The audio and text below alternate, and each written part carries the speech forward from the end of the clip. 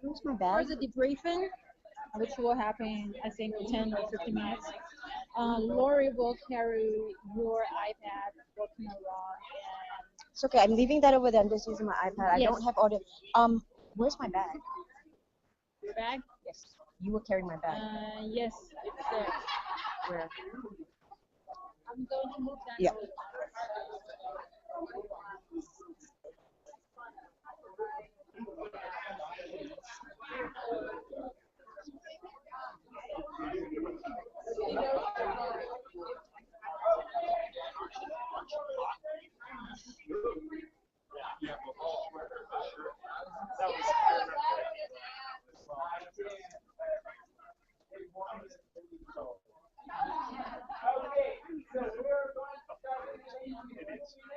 What we have are tables arranged in that area over there.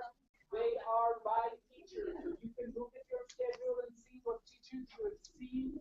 And this is an opportunity to go around, speak with one of the teachers you've seen, and ask questions. And the questions can be about the things you've seen or other things around the integration of technology into their practice, what they chose to use, what they don't choose, what problems they had on the way, and all of that. So they have all, and the school have agreed to have all the teachers come and talk to us. So please come find the teachers you're interested in talking to, speak with them, and learn. You can switch throughout, so you don't have to stay at the same table. On each table, there's a red sign, so you might have to come in a little bit closer and make sure that you know which teacher where. But this is a great opportunity to have a discussion who have been doing this for the past few years and have been really thinking about this. So, 1:30, our elementary teachers are going to come at 1:30 with the exception of Mrs. Hoffman and Mrs. Meyer. They don't have kids, so they'll be here at 1:15, but find your table and please ask them lots of questions. If you saw something, I know I've had a couple students say, gosh, your classroom management was awesome. Ask them how they do it. So that's going to be one thing I think you'll struggle with right away that first year is going, how did you get your kids to be so good? So ask them questions, please. So that's what they're here for, and I think it's a great learning experience for you guys. But elementary should be here by 1:30, 1:35. So, and if your table gets too big, bring it in here, because this area, I get crowded on myself. Yo, Rita, you're starting.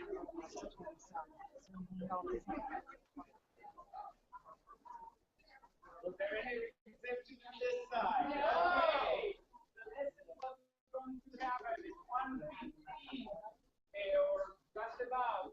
The teachers are coming from high school and middle school, and the teachers go electric, but then for 30.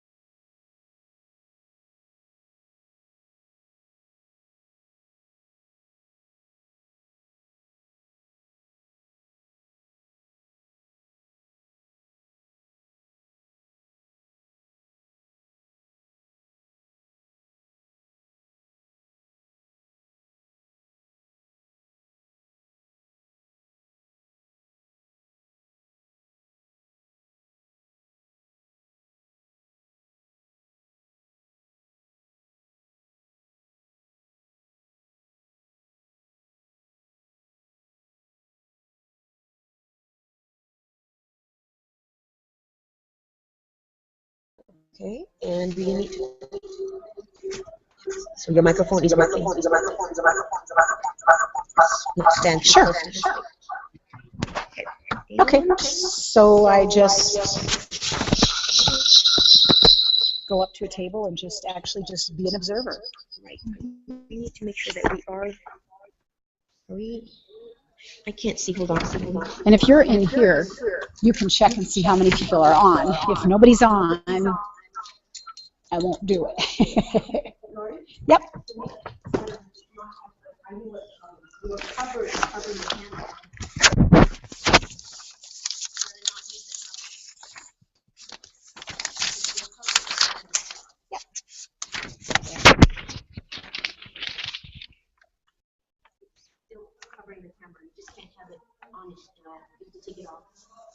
Well, the camera is Here. it's on the bottom. That's not it. Then your hand is on something. It's blocking. Okay, now it's okay. The tech was on. Okay, thank you.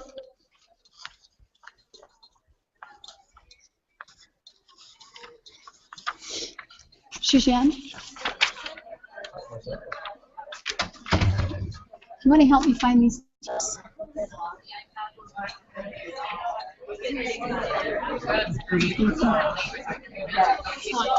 Let's find any of these. You know that were online. Yeah. These are all online, right? No, here, let's come around this side. Make the game and the presentation on your desktop. Mrs. Snow.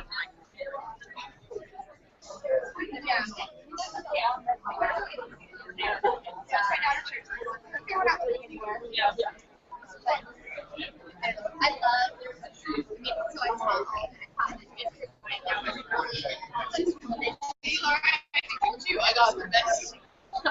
So all women. It's a good ratio. Here, wave.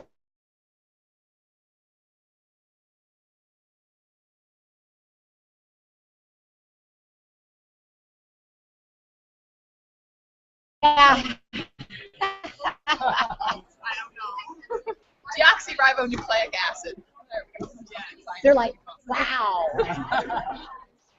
Thanks. I've got the online people. Sure. Say hi, Craig. Hi, online people. How many people do we have watching? 13. Oh, perfect. Hi, kids. Wish you could have made it. I know. Grab something. You can come back with the food to the table. So just do that. Thank you. This is art. Yes.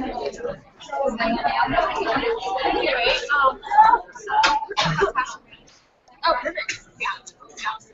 This is Mrs. Wegenast from Art. Hi, this is 13 wonderful online students who want to process with you. Oh, hi. So they're going to just listen to your discussion today. Hi. Hi. So you just go on with your discussion. Hi. We were talking about classroom management because that goes with all venues. Excellent. And I was talking to kids about one, you know, you have your basic seating charts. You really have to know your students to get a good classroom management and knowing behaviors. You know, and when you first get them in, it might take a few days to understand who works with what. You know, I know that in second grade art, the boys work better with boys and girls work with girls. I think one does and one doesn't. I don't have problems. I can get every exercise. There's no way I have here. I have to school. I also know that, you know, if I've got a huge group of special needs children, I will mix the special needs children with simple education. They can help each other to take part. And then you know, you let them this person might get you help with heavy. You know, it really is for my students. I always do my rules. They're right at the top. And I have one that says, values book that says successful teaching in the classroom. And I really admire it for that because basics are not the way top. Manners, you know, talk about that. Here, I can, if you go and just use this as the audio doesn't work, but the camera works. So what I do, I'll become the controller from your laptop. So sometimes I'll use Lori's, sometimes I'll use yours. So just make sure that camera is always facing, because Lori is facing the floor. So she doesn't realize she's facing the floor. Can you find here a good camera for me? I think this camera is good. You guys saw how the kids all worked well. Yes. Is it? Okay. Yes. All right. There's another. Okay. I am facing Oh, the you're floor. facing the floor. Yes. Okay. Well, I will. Because if there's two cameras, we can see one the whole room. What we can do is use her as sound, so we can be really close, right in front of the speaker, and I will use it as a cam. Okay, but I'll control it from here because I can't move. Okay. Because in the whole class all day, and if it does, I'll talk to you next time. We have to set the rules up. So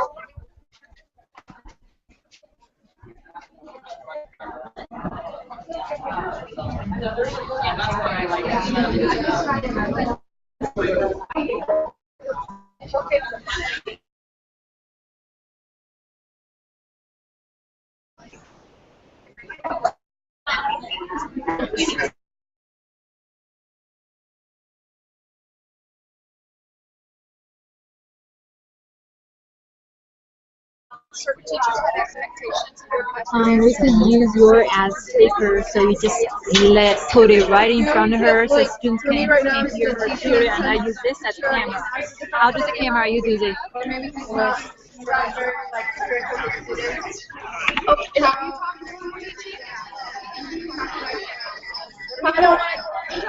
You want to sit? Let's say when you were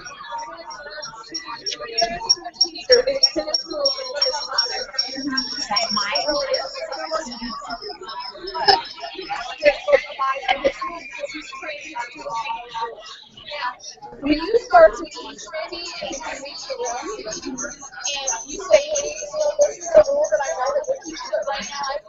I'm a student teacher and talk about what you're doing, you're learning. So you can write this new rule. I'm going to write something on this is, make it look like it's something not his rules, but yours while you're there.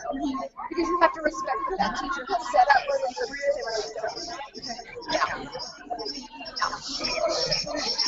Good. Any other questions? Rose of Gold chair? Chair right over there, just grab one. On your website, you have what apps you use? I do. The website, I'll grab up here real quick. I have it up. You do? Lovely, I love you. Okay. Oh, sorry. It's not a touch. Oh, no, it's just, you gotta. Do you have how brave I am? I mean, No, it doesn't. It's fine. okay, I don't need to run these. Okay, I'll let you scroll down. If you notice, pull up, baby. If you notice on the blog, Where are you going for? just go to their homepage. Okay, you'll notice on the side.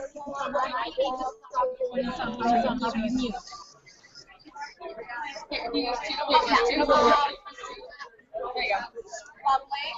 Okay, Rob. Oh, yeah. I'm not even right. Okay, so. Okay. Or you can just use the arrows. Okay, if you notice that there's categories here, and that's what I've tried to do, so if you see the category of iPad, so if you want to click on the iPad, what it will do, it will go ahead and go to anything and everything I posted on those different apps, all through, okay? So even the ones that I take pictures of on the pages. The other thing is, under the Zipper, which I spent time with, if you go to the page, and I walked her through Zipper, I sure hope y'all get involved in that. There it is. Okay. You're a rock So star. if you haven't used Zipper yet, this is something you're going to really use. And then you can see that I have all these pages set up, and they are links. All of these, if you click on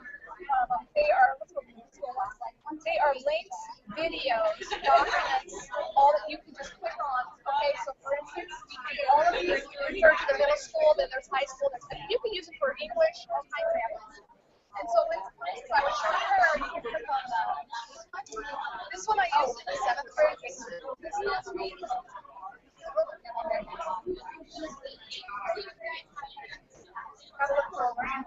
So when you okay, and then you should be able to click on that one. Which one? That higher grade.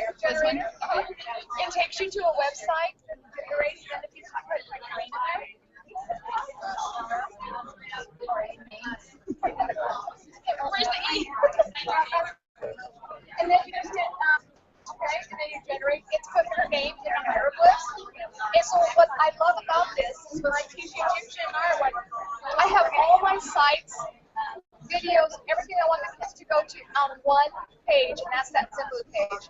And then what they did when they got their names done, I was telling them, because they're doing all this on their iPad, it's an app.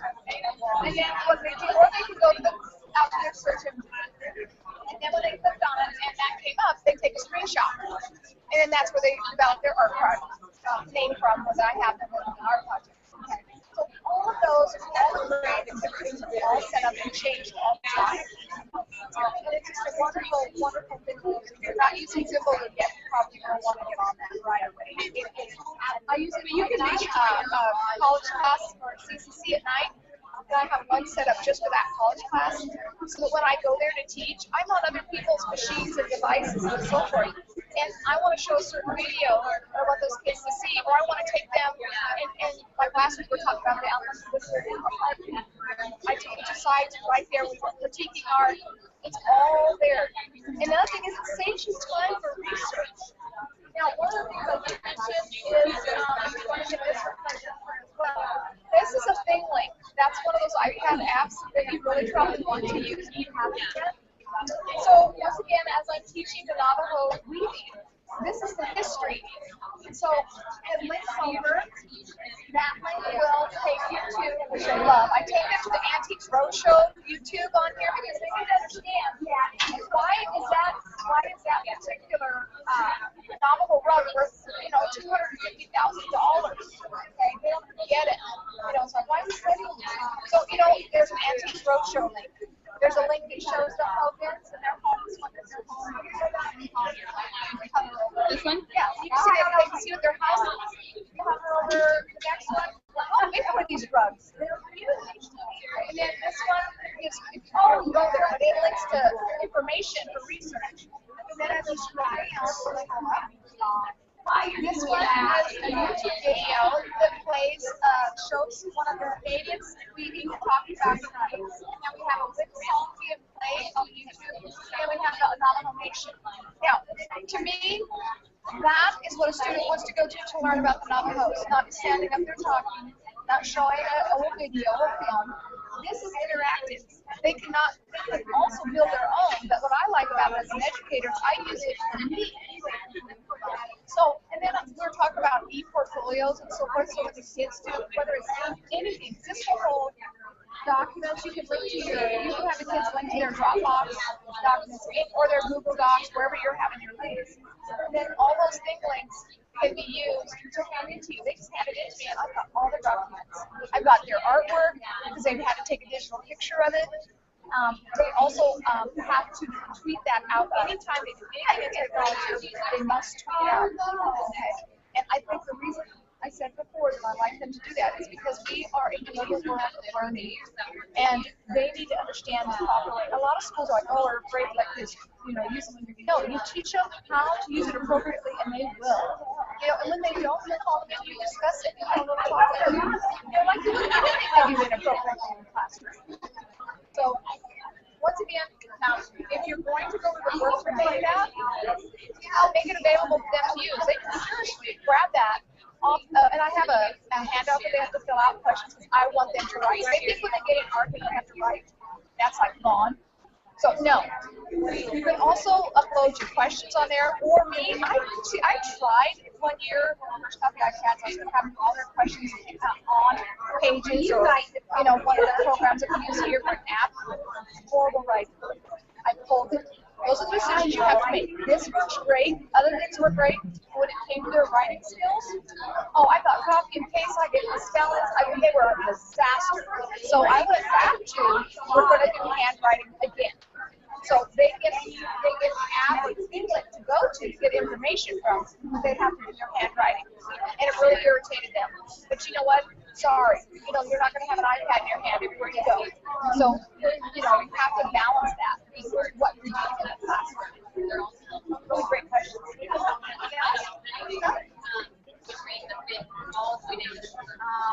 I forget what your question is. So there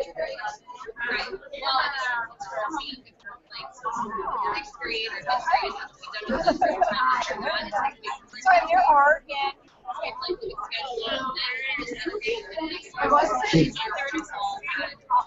third or second. I love the way elementary ed teachers got that hair. You will surprise yourself what you actually fit in, and that's nothing I'd like to cover because that's one of those things you think you're going to fit in at this age. You know, I first started out as an elementary art teacher. I had 700 students. I loved teaching it, but it wasn't me. I felt really like I could do different things. And there's teachers that love that area. I commend them for it, but I felt overwhelmed by all the kids. It just wasn't me. I love teaching art, but it was that grade level, and I taught, I think it was fourth, third through sixth, so I had a variety of them. But once I had the opportunity to teach middle school, I loved it. And then, you know people says, "Oh, don't get me in that middle school." You know, and same thing with high school. You know, the advanced class, I love it. So sometimes you don't know till you know you get started in it. You know, I mean, I've had teachers, like, I remember we had a teacher here that she was like a kindergarten teacher, and they made her go up by 4 grades because they got a new teacher, and that teacher, they wanted her in kindergarten. Well, that other teacher went up. I wish I would have made that decision 10 years ago. She absolutely loved 5th grade after teaching kindergarten for 12 years. And for her, you know, at first she was kind of negative about it, but once she got in there, she realized what a great change it was for her. Development as an educator with the students, it was a beautiful fit. Sometimes we just don't know, you know, so keep your mind all on that. You know. And I tell that, and another thing that I was sharing with her was, you know, a lot of kids go there and they get elementary and endorsement. Always think about, can I stay an extra semester maybe and pick up an extra endorsement, whether it be, you know, art. You're going to find yourself in places where you're the art teacher. There's not going to have the art teacher.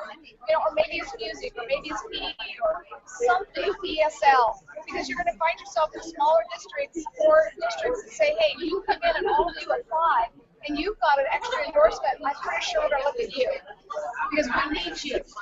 Okay. And with the budgets in school systems, they're looking for people who have extra endorsements or even double majors. So, you know, I am fully endorsed. Just now, I have art and technology as well, and English. So if I wanted to, I could help you. That's not what I want. But if I were out of a job and I needed to go out and work, I've got a real plate full towards the schools, people who hire me versus somebody walks in and they have one. So that's another So I know sometimes it's hard to say, gosh, I don't know which one to go into. Go into both. Pick up an extra endorsement. Okay. Right? Right. Right on. Do you have any other questions for Mrs. Reaganas? So we covered a little bit of classroom management. I think another thing that we want to talk about, and that is, what I'd like to share with you, and that is, how do you work among a bunch of coworkers and be collaborative? Okay, because there are you're going to have a round, just like you do in school, of personalities, of people, and disciplines. And I always say, try to gravitate towards the people that are passionate about their area, because they're going to be the ones that's going to help you be a better teacher. They're going to be the ones that's going to share with you. They're going to be the ones that's going to send you things that help you become a better educator. They're going to be the ones that encourage you to do the tweeting because they know it's going to help you, not because it's something extra you want to get on your plate to do. Okay. So I guess that would be my thing is when you work for a school system, really surround yourselves with the really positive people, the people that will bring you up. And because we're all going to be meeting people that are tired of their job or they're just, something's happened in their life, you know, it's not necessarily they don't like their job. But try to find those teachers that will lift you up, involve you in positive. And then also those that will work with you and collaborate with you in your discipline. I would say that would be one of the best things you can do when you first walk into school. Just find those people that you can really use as support. Right? So is there any example, like, you talked about, I think, I don't remember your grade, but like the Egyptian unit, but have you done collaboration with high school teachers? A little bit. So mainly government and social studies, some English, like if they're working with their poetry, you know, then we'll do some paintings that will reflect their feelings out of the poetry. You know, so once again though, that's not always going to be that teacher's forte, but doesn't mean it can't be yours. So kids will share with you what they want to talk to you about. And I've had kids come in, and I had an independent student once come in, and she was having a real tough time at home. And of course, everything comes out of their artwork or their writing. And it was therapeutic for her. So I had her take some of her journal pages, and then she painted what she thought those feelings were, and it was a great lesson because it taught her what abstract expressionism is. That's exactly what it is. Okay. It was those artists that painted from psychological feelings and emotions, and it didn't look like a bird, and it's okay. You know, yeah. Oh, I know.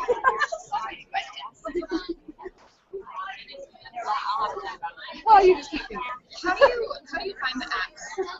Oh, I am a crazy woman. I have, of course, apps on free, which I look all the time. I'm telling you once again, your Twitter feed will fill you full of apps. I always just download them, try them out before I ever have to see them, because you waste too much time. Some apps are pretty good, and then all of a sudden they start charging like $6 for it. So, you know, we're not doing that. So you can find people who are talking the same thing. And I would say you should get to another table. You go to another table. Let's get some.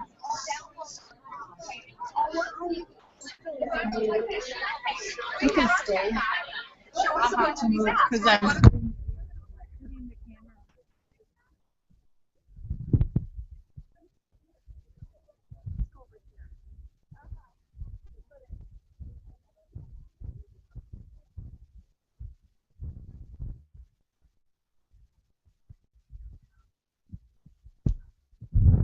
Especially at the 6th grade level. And honestly, there's things that happen and I don't know. You know, when I start touching. So close.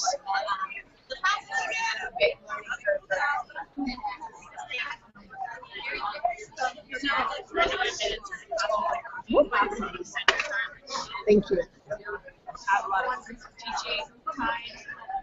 You mean like within my classroom? It depends on the subject. Like my reading, I use 85, and so I do have more center time with reading. I don't have as much as, you know, it just kind of depends. Writing is more important. And it's easier to use the iPads with smaller groups. But the group that you saw with my reading, those are kind of the high ability readers. We do ability group. Those kids are all really with it, where I can almost just do it whole. So is that not your normal classroom? Okay, that's just my reading. We walk to read, just for reading. All the other, within your floor, you guys rotate. just for reading. Just for reading. Every day we walk to read. So we did get to see some of our stronger first graders and readers. Yeah. Some of them were really like very fluent, like some big words. I was like, oh, okay. Like their handwriting too was phenomenal. I was like, I have first graders, and these kids write better than my first graders. You did see the higher. But what is nice though is that I can really challenge them. Like I would never have been able to do that kind of an extension project with some of my kids that are still struggling to read. My kids are pretty fluent readers, so that's why we do that with reading. But it's not the whole day, you know, stay still. What are some of the bigger projects that you work out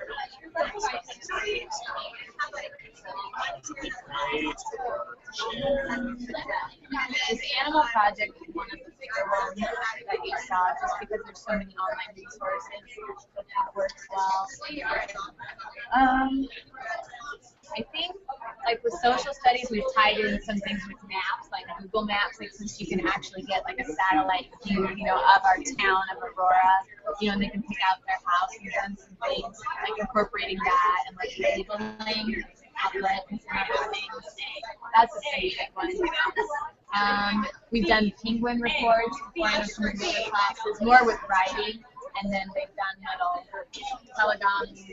They really like the things that talk, and those are such a pain to get recorded as some of your experience. But the more motivated they are, the harder they work, you know, and so it makes it a little more manageable. We've done some fun things in math where like they'll write a story problem and take a picture of it and post it on their blog, and then like the visitors have to try to answer it in their comments, or they can go on and try to answer each other's and things like that, just to try to get some other areas. You had said with the project you're doing right now, you did have them do some online research. Do you have, when you do that kind of thing for them, because of the age you have, these are the only websites that we're going to, because like can't really like Google some of that stuff. That turns into a disaster. So they had to use National Geographic Kids. So we all went to that site, and then we talked about how to search. You know, so once they got to the site, I pretty much let them go because that was the site I was pretty familiar with, and didn't expect any ads or anything crazy to come out of it. So you really do, especially in like the kindergarten first halves and stuff. Otherwise, you just get a lot of random things. You know, that website was pretty focused, and the things they were searching for, like the lifespan, like it was all right there and stuff. So you kind of have to do your homework first in order for them to be successful. How long did it take you?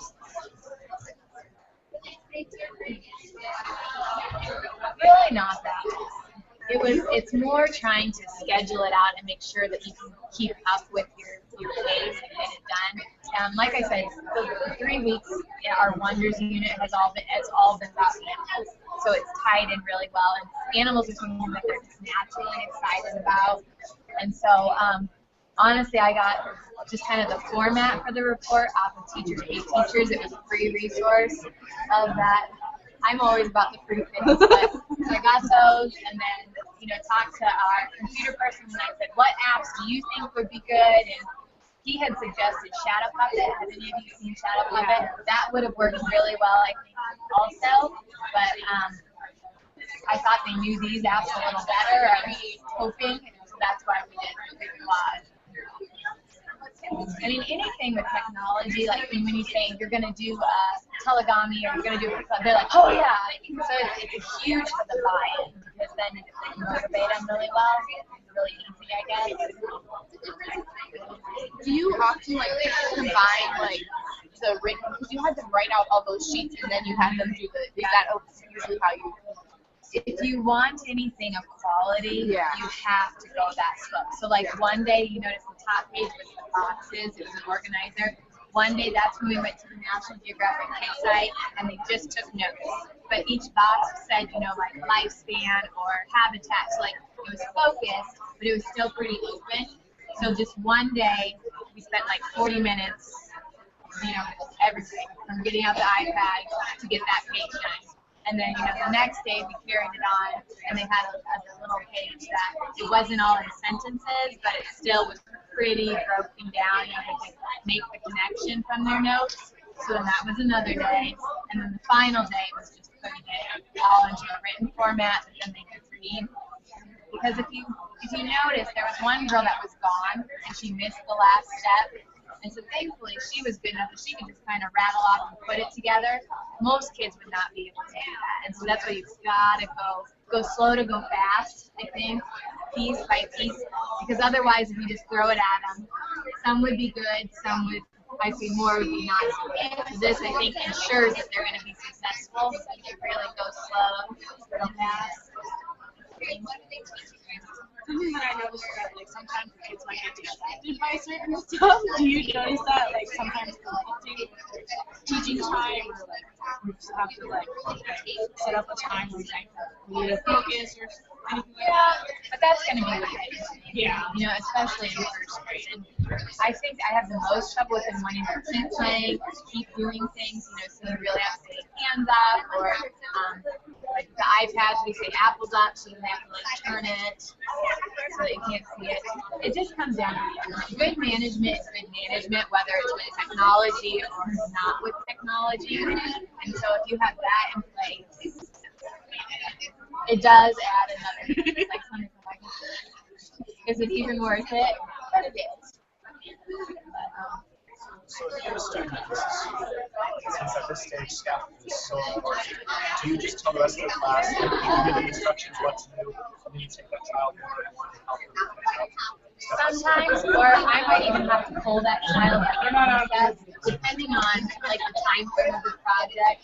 You might have to find another time to meet with them to get caught up, especially with technology because it's so like you have to do this and this and this. Or sometimes they just don't get to do it. I mean, in all honesty, kind of pick your battles. Like if this is an important project to me, so I would have found a way to get it made up. Some things that maybe aren't as important.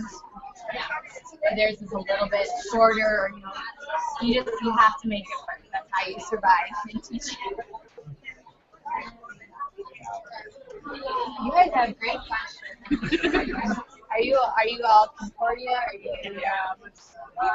All of us are Concordia. Awesome. Will you student teach next year, next semester? Awesome. Do you have your placements? Not yet. They like us to wait until we're just about ready. Then you gotta be ready for anything, which is kind of the way it is in the real world. You never know, you gotta be ready. So could you give us advice on how to get this school where it's not going to or we have a little bit of these speakers? Is there a way to help distribute these ideas to other teachers? How about the schools? That's a really good question because we are really lucky. I mean, to have smart boards and to have one part for our grade level and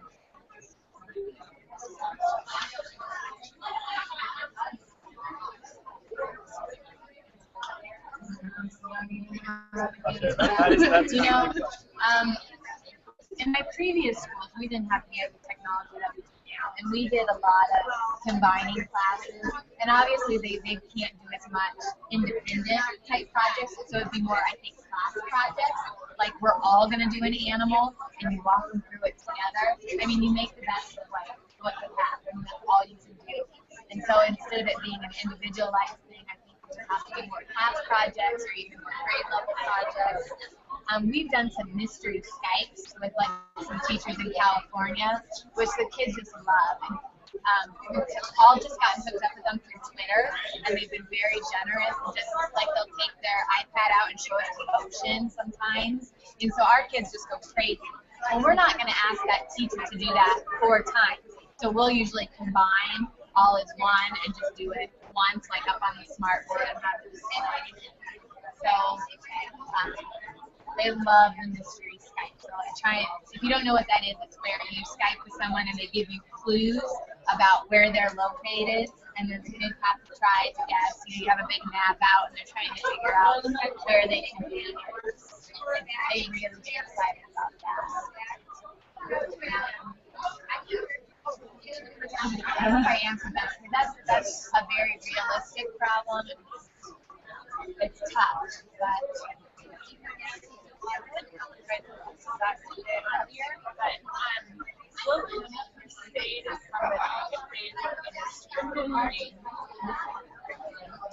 And had very scripted amount of time. What would you say about these technologies? It's not possible because I have a scripted program and a certain amount of time that I understand that completely. Actually, our lower ability kids are in reading mastery, which is a completely scripted program. And so, like right around the corner when you guys were in there, they were in reading mastery. And so she only has about 20 minutes maybe to play with. So like what she did today was she showed me like QR codes with vocabulary words. I mean, there are ways. It's just, I know you can't do any kind of the big extension projects like I was, but little things that make it very vocabulary. Get so excited. Kids in those programs get so excited with any opportunity I think to use it.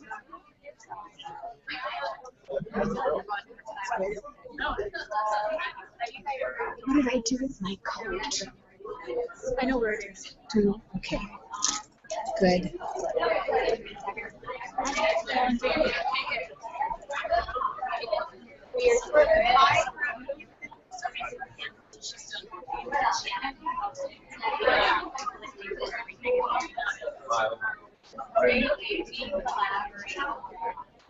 But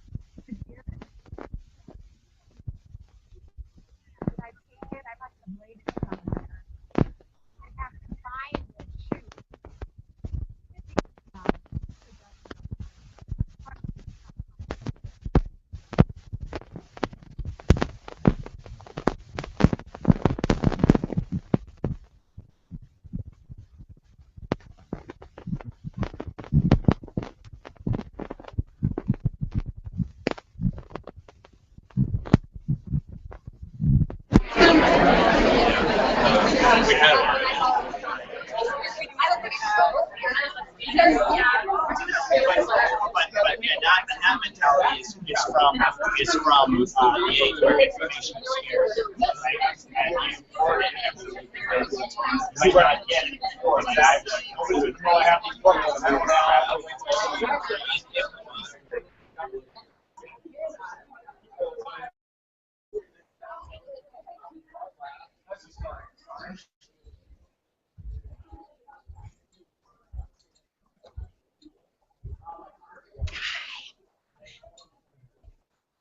Did I bring my coat in here? I lost my coat. I'll have to go look around.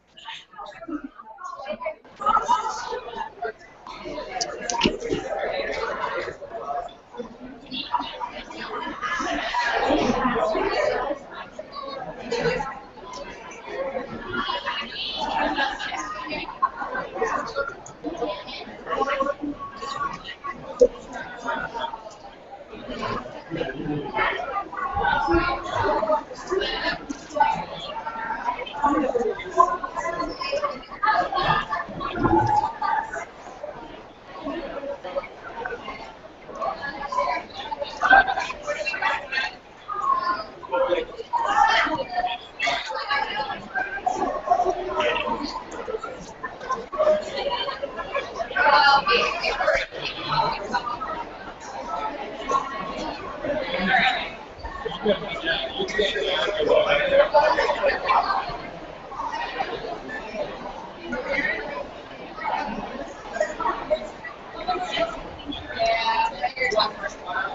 got some.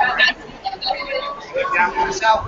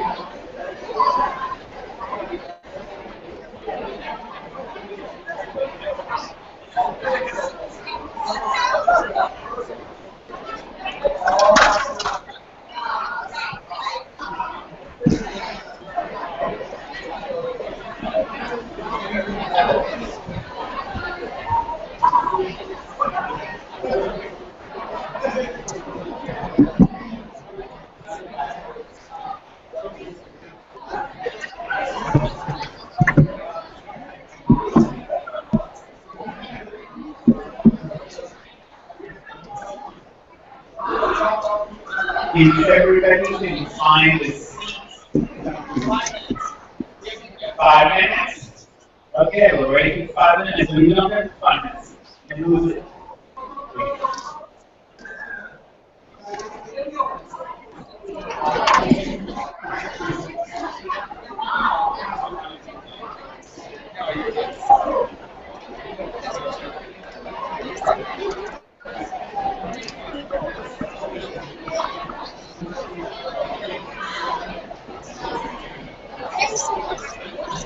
It's looking really bad. We have to get people in the back to move.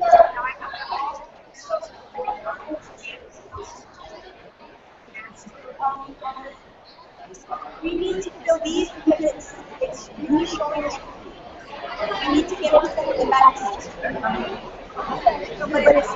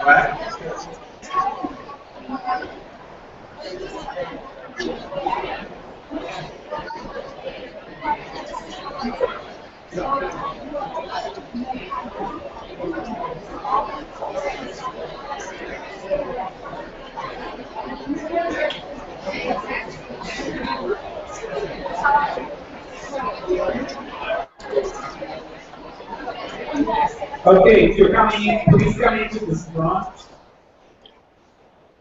Please come into the front. This is a nice place where you do the church. Nobody's always a great break, right? Where's the break, right? Are we good? Good to go. This is very exciting. Okay, so the first thing that I want to do is quickly mention that all the resources in the thinking seating in the classroom we have available. There's on the map, there's a QR code, and there's a link on there's a link as well. All the resources are there. So if you miss something, or if you want to take a second look, or if you want to examine it more carefully and you write it down, that's the opportunity, it's right there. The second thing that I'd like to say is I would like to really thank the school, and we're going to do the certificates for all the teachers who presented today.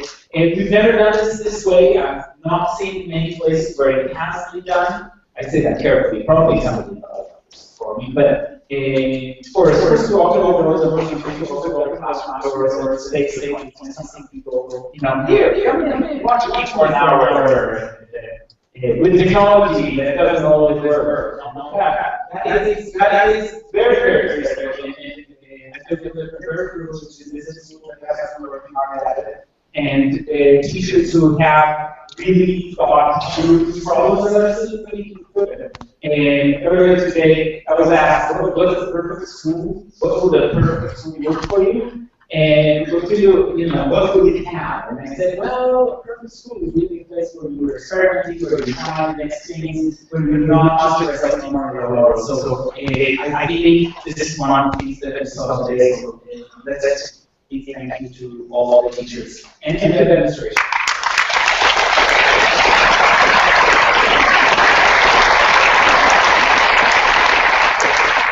Okay, and now I'd like to quickly introduce Teacher Wesley, who's here to be our keynote and who has been with us throughout the day. And I'm going to talk a little bit about him and then leave to the rest of the hard work, the heavy lifting that is ahead of us. So, Teacher Wesley is the Country Manager for Discovery Education Canada and has been for the past 3 years. Before that, I was in the learning consultant for Prairie School Division in Moose Jaw, Saskatchewan. I'm very proud of myself that we never say Saskatchewan when we first started. I've been working for a while, so practicing experience. And before that, he taught K-8 grades for 14 years, and he has made technology integration into a big part of what he does. So let's welcome him to Aurora.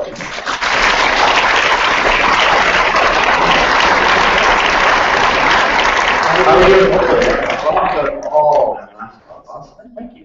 What a cool day it is to see pre-service folks and classroom kids kind of all work together and show what it's like. I don't know if you're going to get much of a better impression learning today. So, again, I think both partners with the University of Nebraska Lincoln as well as Aurora should be congratulated on making this work hard. I hope that it continues with you. So, as I said, I have a little bit of experience to work on. I have been 26 years in education, 14 years I've been in the classroom, I've been 9 as in working alongside teachers in a district. In the last 3 years I've been working for Discovery Education Canada. I also teach at 2 different institutions. I do teach pre-service teachers at the University of Regina, and I also teach master class at Wilkes University of Pennsylvania. So it keeps me grounded in what it means to teach and learn. But most of the time I spend these days traveling around. This was last week's effort. That was, over 7,000 miles traveled sort of in that kind of direction. That was my week last week. This week is actually not a few less careful, but essentially the same, almost the same kind of pattern. I said to make sure that you saw it.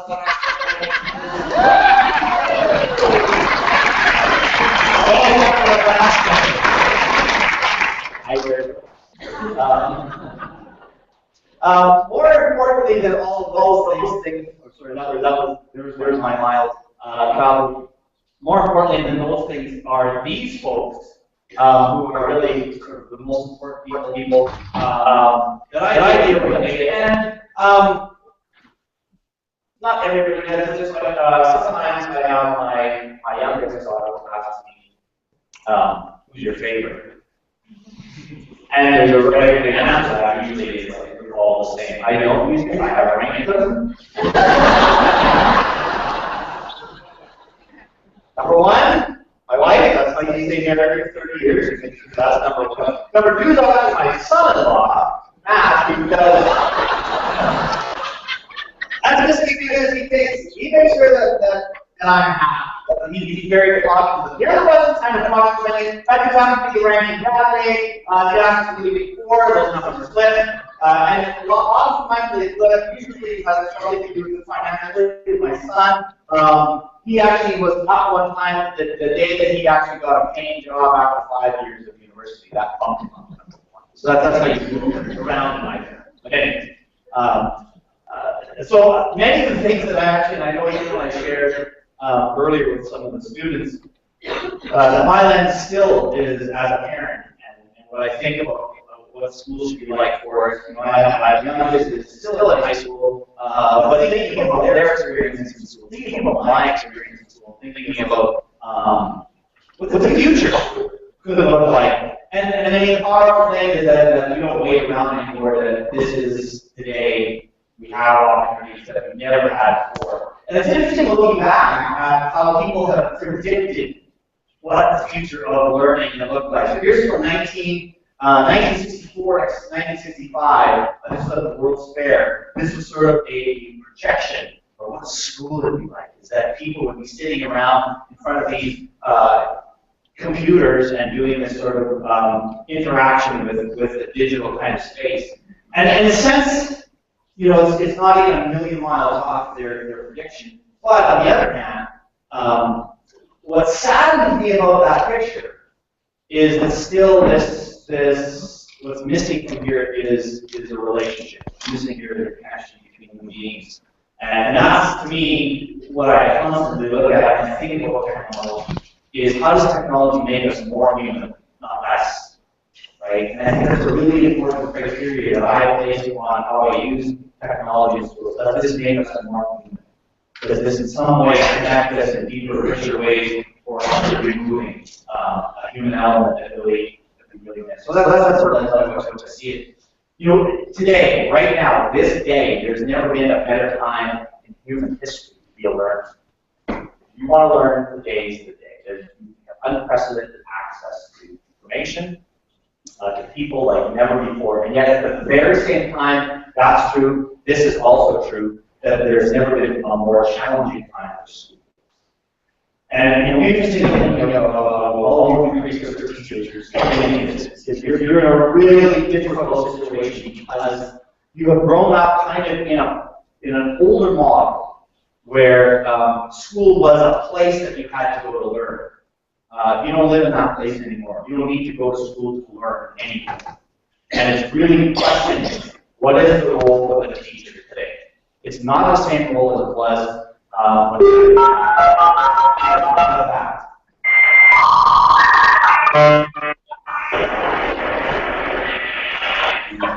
Now, there are some people in this room have no idea what that's talking about. They're saying, did something go wrong with your computer? What is that awful sound that I just heard?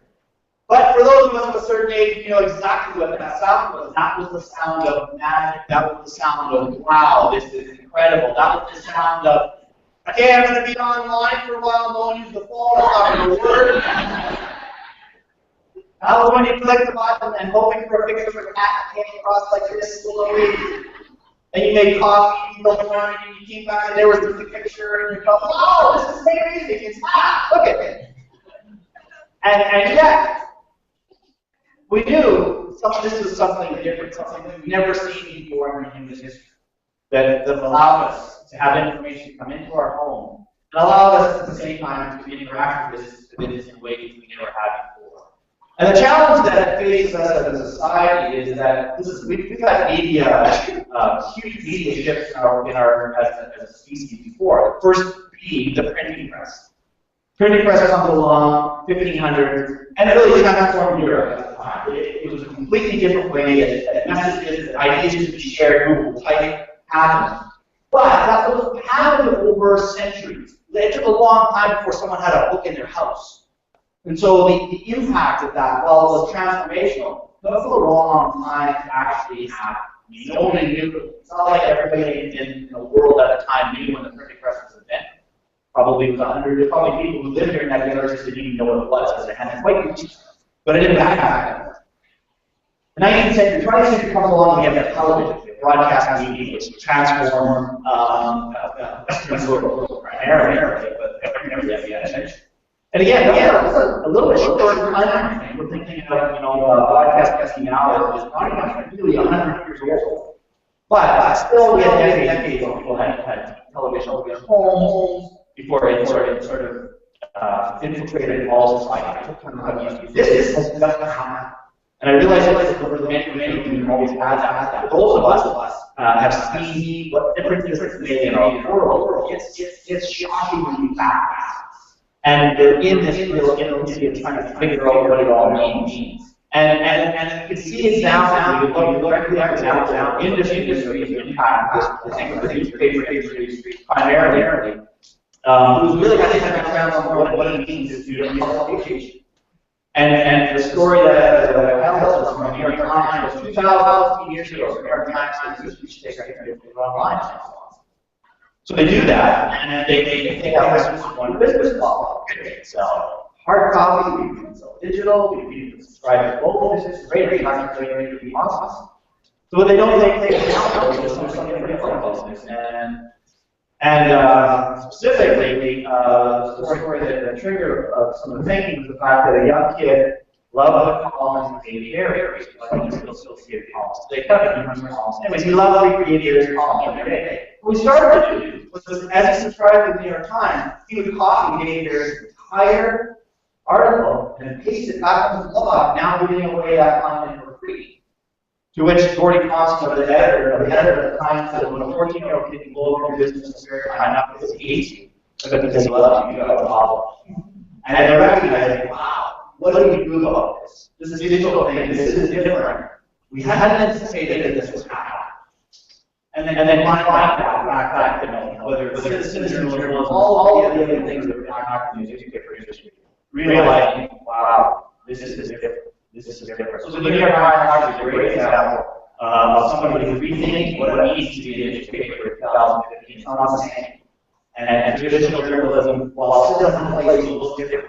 And they're trying to hold on to the way they think we're in exactly the same market. You're gonna miss out. We've seen this happen. See how music, see how with movies and content entertainment, but all kinds of business and financial governance and impact devices. What's happening in places like Egypt and other places, and even political elections.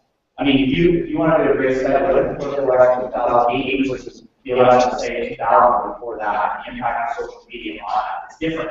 And just the way people think through things is just vastly different. And this is not missing education as well. So this is Chris Avenue. Chris was a chemistry student at Ryerson University in Toronto, so first student. And Chris, like most first students, taking a class, he said you should have studied. So instead of having a study group in one of the rooms that he was assigned, he decided to make a Facebook group. And interestingly enough, though, they find out his Facebook group, although his actual study group, people who were assigned in the class, numbers 41, he had 146 members in his Facebook group. And the university didn't quite know what to do with it. Why he had 103 other people that were part of this group. Where did these 103 people come from? And they kind of debated back and forth, and he had to take his Facebook down. He got suspended. And they cited 3 reasons why you can't do this. First they said learning should be hard. You're making it too easy. That we can't have that. They said there's no structure for, we don't know how to regulate online learning. It doesn't fit into our world. And finally, it's our job to protect this. So it's a very different thing to address, something they've never had before. And Clay Shirky talks about Facebook, that the argument about Facebook. And so the university position is saying Facebook is like letting anybody into the university. So anybody can come in and nobody has to pay.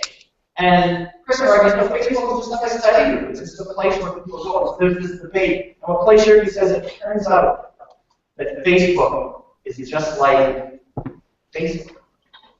It's not like those other things. You can't attach our same metaphor and say, oh, it's just like that. It's different. It's a new thing. Yes, there's similarities. We love metaphors to be able to say it's just like that. But it's not quite just like that. I mean, we can see how complicated it is. And it's not an easy solution. And while at this point I think, that's a little bit silly in the university system, and I kind of understand what they're doing. It's not an easy thing to decide how you're going to deal with that. But that just to me represents the complexities of the issues that we're facing right now. And as some people move farther along the line and start to embrace and figure out how to make this work, and others are not going to do that, the gap continues to get wider. As William Gibson said, the future's here, it's just not here, it's not evenly distributed. And the fact that Aurora is one-to-one, they're doing more things with it.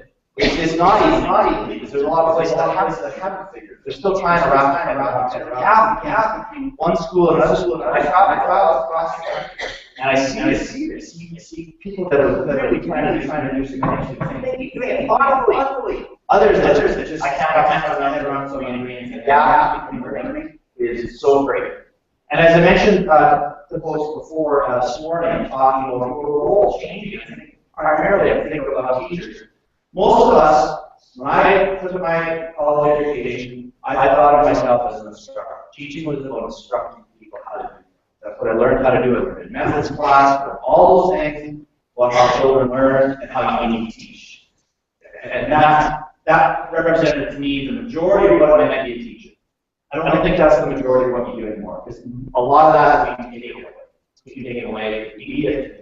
Access, unprecedented access to people before. And so if they take my questions and what am I talking about, I think again, it's become more and more prevalent, and that is that you teach as a designer, teach as a guide. I know you saw that in last class. You saw teachers with an environment where they can take advantage of the teacher experience, where they step in when it's necessary for their conversation.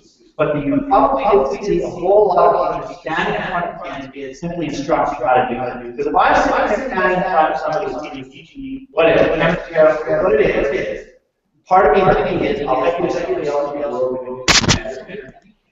Why can't I just want to demo? Why do I need to sit here and just listen to you?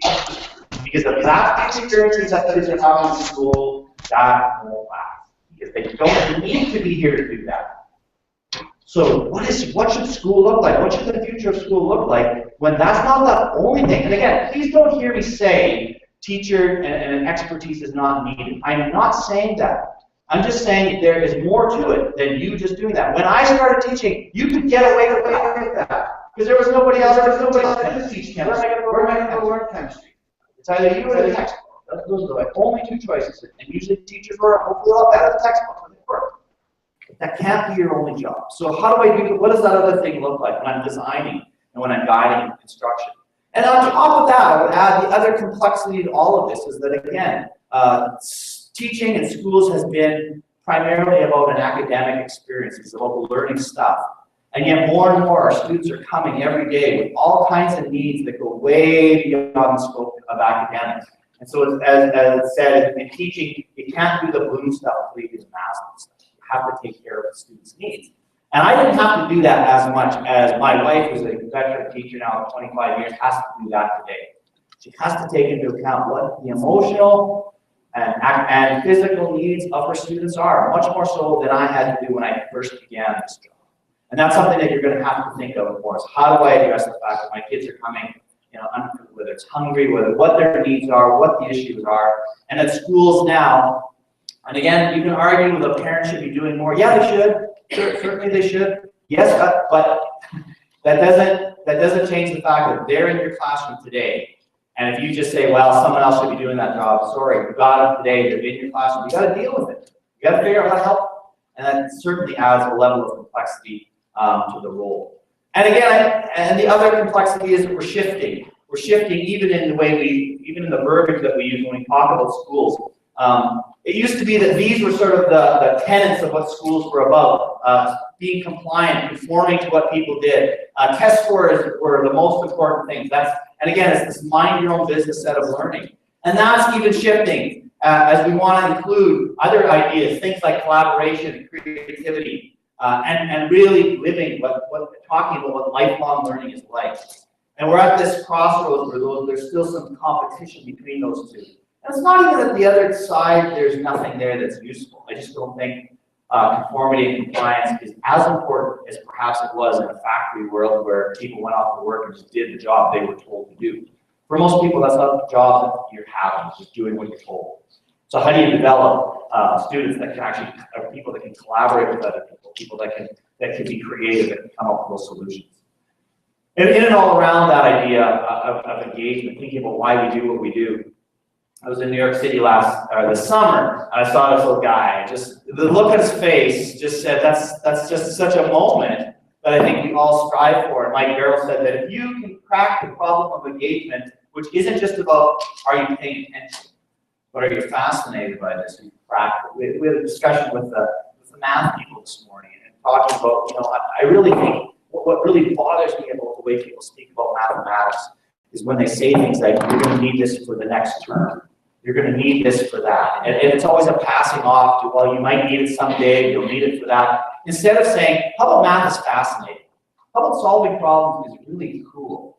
How about it's a beautiful language that helps us explore the world in ways that you couldn't without it? How about we speak about mathematics like that? Instead of talking about it, it's just a hoop that you have to pass through. You have to take mathematics if you ever want to do these jobs. What a lousy way to describe learning. No wonder kids think school sucks. But that's the way we talk about our disciplines and the things we do. Instead of saying, I'm fascinated by this. And if you're not fascinated, then you need to figure out how to get fascinated by it or find someone else to teach it. I realize there's probably lots of things you do that maybe you're not fascinated by it. So I understand that there's a scope of things. But I hope that a student leaves every day doing one thing with one teacher that they said, that was so interesting. And you know that engagement, when the bell rings and they're still sitting there, they're not going anywhere. You hit it. They're fascinated by it. We don't want to leave because we're interested in it. Again, as a teacher, when you've had those moments, you relish them because you know that's what this is about, is those kids wanting to stay and learn. So how do we make school more like that? And again, it's not going to be all the time. It's not going to be in all capacities. But I think that has to be the target. That has to be the aim. So we're living in an age where we have to, I don't know that we have to rethink everything, but we certainly have to rethink some things. And so I want to share with you 3 things that I think we want to talk about changing and that the future of our classrooms is going to look like in the area of content, in the area of classroom design, and in the area of the teacher's disposition, what a teacher needs to be thinking about all that. So those are 3 things I will share with you. So the first one is certainly in the area of content, and that is a shifted view of literacy. David Warlick said that if all your students learn to do is read and write, they will not be literate.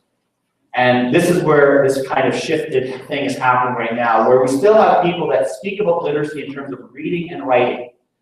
And our assessments still measure reading and writing.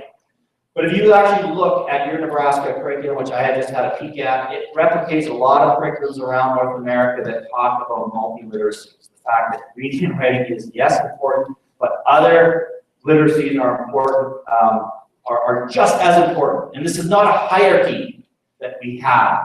I feel like we have this love affair with print, that print is somehow the epitome of literacy, and that other mediums sort of are lesser. And I think we have to start changing that. So for me, this future thinking began about 1995. I was at a conference, and this was, when you think about technology, at the time, I think we may have had 2 or 3 computers in our classroom. They were like Commodore 64s, running weird. Again, people don't know.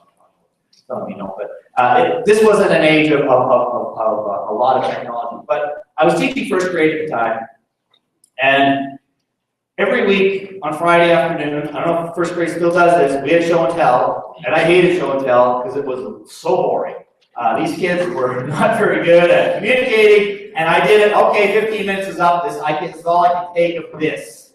We have to move on. And I saw this video that just sort of, again, it just sort of blew my mind. Now it's time for show and tell. Who's ready with their report? This is my starfish. It kind of smells real icky. Try this bit. Yeah, I like that.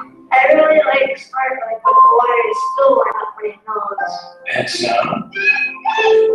I got this in California. Play.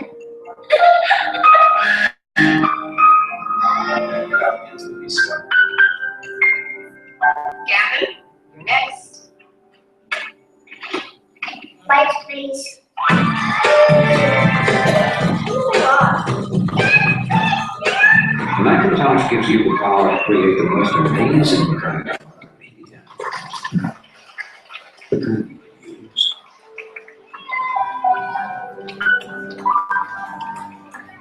I want the future with you guys. That was my book. When I saw it, I want kids to do that. I mean, I knew in 1995 that was still a long ways away. That was going to happen tomorrow. But I mean, it led me down the journey of let's get a video camera. Let's start doing this. Let's see what the possibility might be. Because I think this is a really, not only just an interesting way to communicate, tell stories, but a powerful way. And again, I love what, even in that short video, it looks at a collaborative process between a son and a father, and there's writing that's involved, and it's a rich experience. And at the end, you actually tell a meaningful story. So I knew, just intuitively, this was an amazing opportunity. And yet, at that time, we're still probably a decade away from ubiquitous kind of access, whereas today, everybody carries around a camera, an editing machine, a distribution tool in their pocket. That was, so this changes the way I think that we think about literacy. And we begin that question, even when I hear the word text, what is it? What do we mean by text? And thinking about the fact that yes, it's served us well in this print form, but we have to acknowledge the fact that it does have severe limitations. Joe, what are you doing there? I don't know. What's going on? This is some this is like foreign. Okay. What was it? You said you were having a problem earlier? Oh yeah. Yeah. So I want to read more about Frederick Douglass, or maybe like see a larger image. So I don't click on the picture, but nothing's happening. Then I can't really read the text because it's kind of small. So looking for the system preferences so I can make the text bigger. But Laura, you said there was a problem involved? You can't double click the image because it's not blue highlighted. Oh. And the words you don't know, they're not blue highlighted. well, wait, Cotton is team. That's kind of. Yeah, what are you doing? But it's what? It might be a link, Joe. Click on it. What's wrong there? There's so many, like, Joe, drag that picture. You can see it. That could be useful. I think that was older anyway. Like, if I drag it, it's just like right here.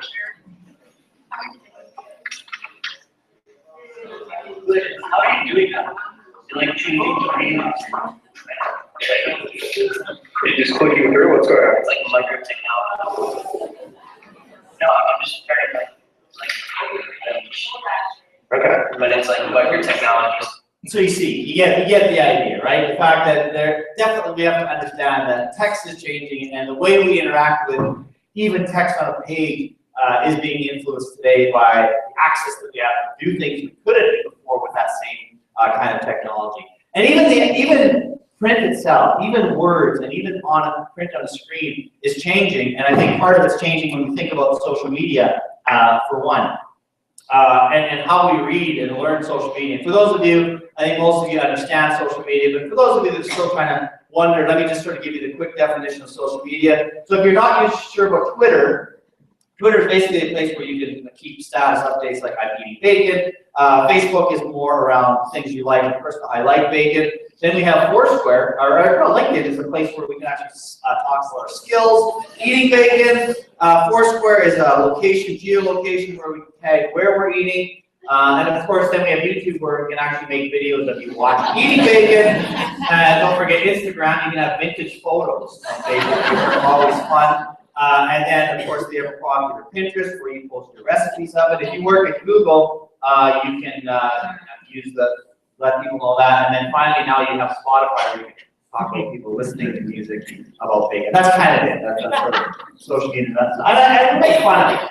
Because again, that's part of what's interesting about social media is the word social there. And when you put people in a social situation, people tend to act socially and they interact in ways that we're not quite used to seeing mixed in with this sort of professional context of it. And I think still part of it, as I was explaining to folks before, I started using Twitter 8 years ago. And so that's a long time to be using a tool like that. And yet, it was always an experimental place. I didn't really know what was happening. And as my friend John Peterson says, when it comes to this social thread, we're all fourth graders on the playground. We're a little awkwardly using it. So we're trying to figure out what's the best way, what's not. We're stepping over each other. We're kind of making mistakes. That's kind of, again, I think is descriptive of where we are. But it's the natural evolution of a space like that. You have to play around. You have to discover. I mean, nobody thought when social media burst on the scene that this would be somehow possibly used in an educational context. I know there's still people that question that. But I can just tell you from experience, it's a powerful place to do it. And part of it is our changing mindset around what we think about not only social media, but media in general. We still, as I said before, we still have this hierarchy belief about certain things. So this is a little bit staged, but see if you can spot the difference here. So here's the family, a few of them sitting around on a lovely afternoon, and they're all reading. Isn't that a perfect family? Like you just think these people are so intellectual, they're so wonderful. Then you see the exact same positioning, but all we do is swap out the devices. Now, look at these people. They're just staring at their screens. They're not interacting. What is wrong with them? Our society is going to be going. I mean, really, to go back here, that's beautiful, and somehow that's bad, right?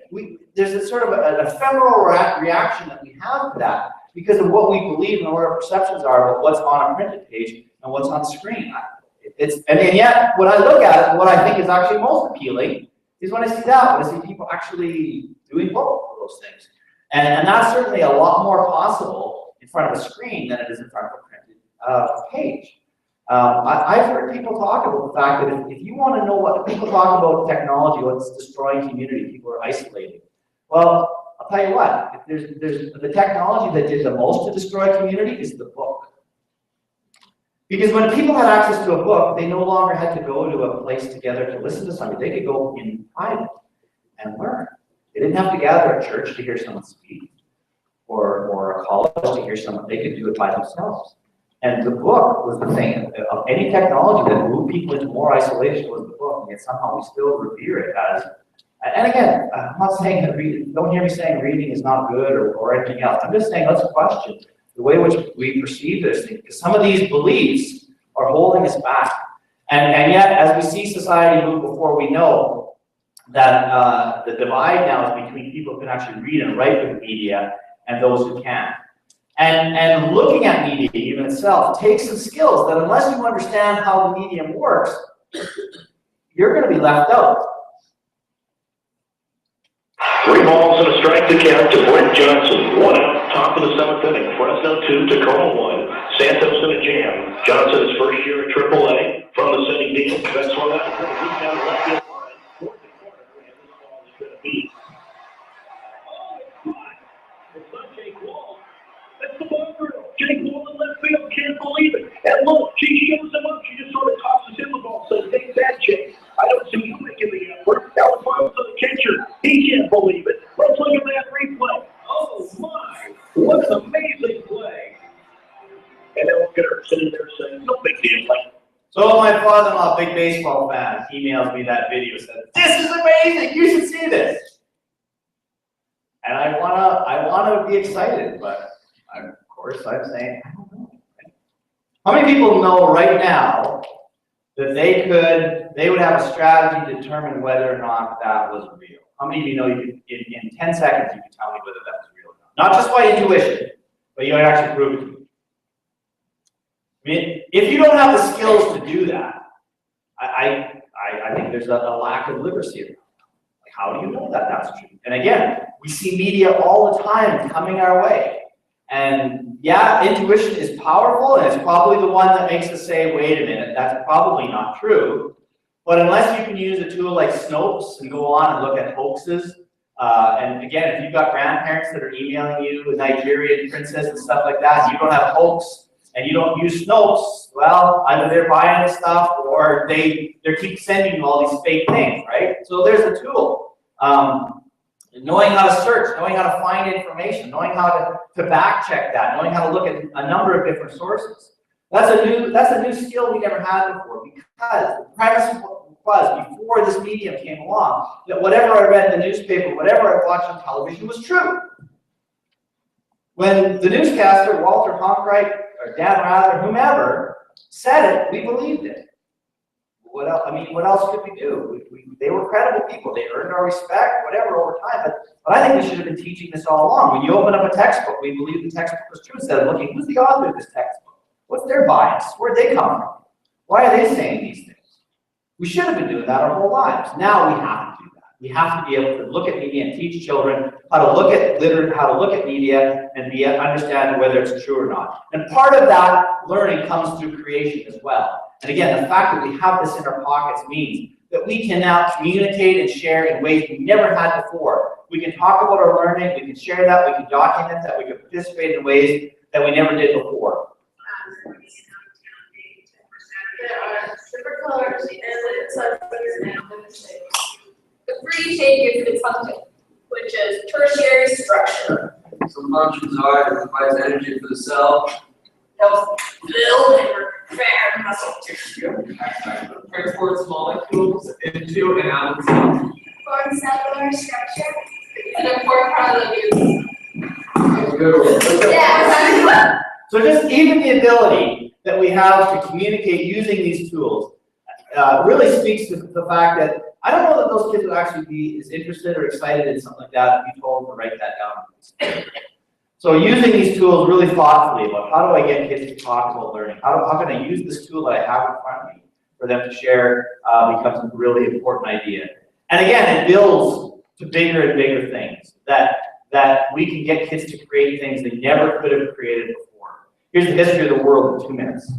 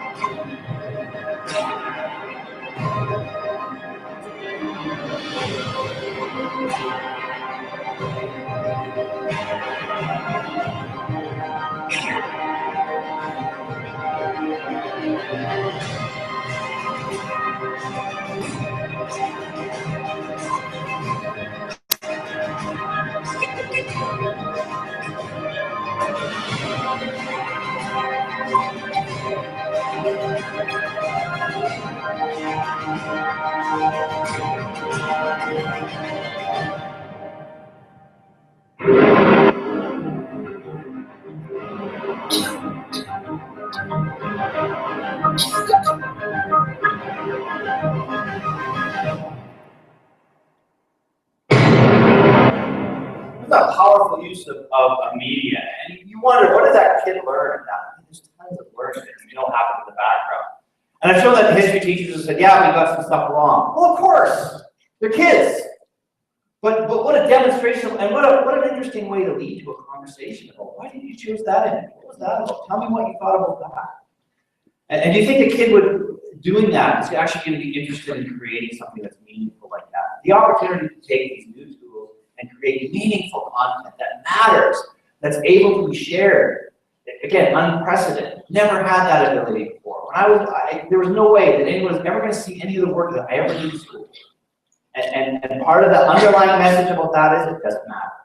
It doesn't matter anyway, so you not just throw it in the garbage when you're done. This says something completely different. This says this can matter.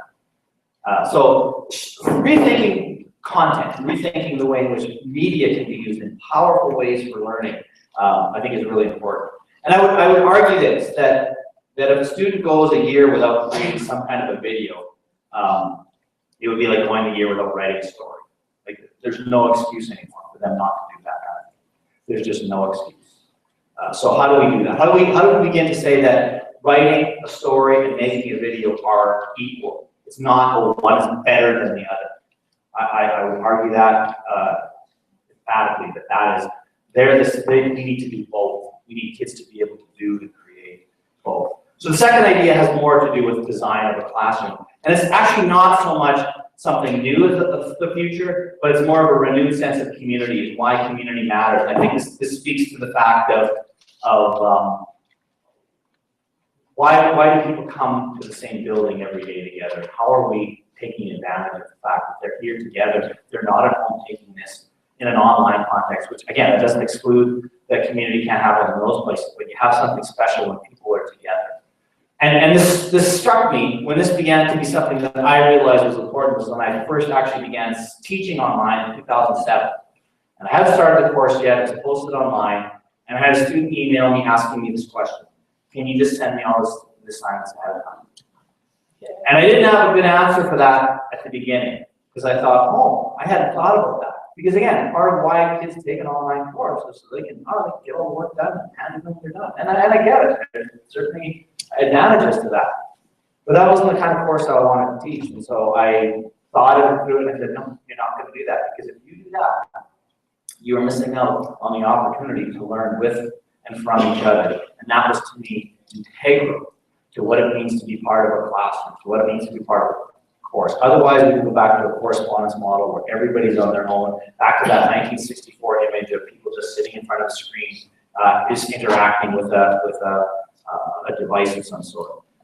And as I tried to embed this into my own teaching and learning, I've watched my students, my pre-service students, come to this realization. And this was Mike in his 4th year of university, sort of just after obviously 12 years of K-12, coming to the realization that you can learn a lot when it's just not the instructor, and that's not the only source of knowledge or learning. Isn't just who your instructor is, who your teacher is.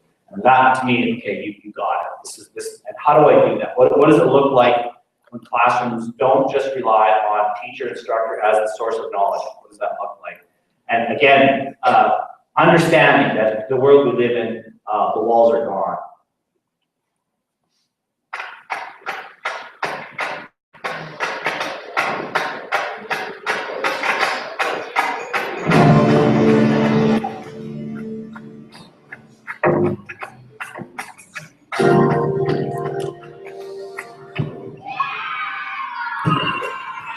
Welcome to a network where the user is being there. So that is not far-fetched in any way. And I know a number of teachers. I can think of a friend of mine teaches in northern Manitoba. His name is Clarence Fisher, teaches middle school. He's, for 4 years, had his classroom, not just, when I say connected, I mean they actually team taught with another classroom in one year together with the school in Los Angeles, and another year together with another teacher in Ontario. Miles apart, they aligned their schedules so they had 2-hour blocks a day where they were actually team teaching in other places.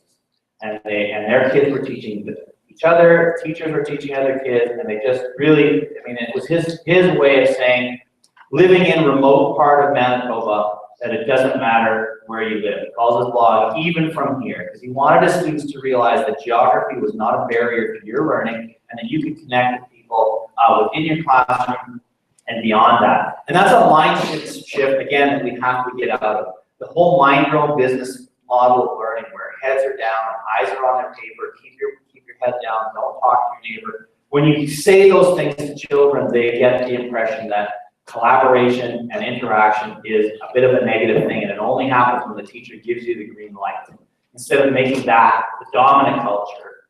And when it's time to be quiet, should be that should be the exception. That most of their day is spent interacting with one another and learning with and from each other in a variety of ways. But we've had this problem where we systematically overemphasize the value of access to information and underestimate the value of access to each other. We see information as such a big thing, instead of saying, wow, we've got a powerful group of people and our students, and how do we interact with one another?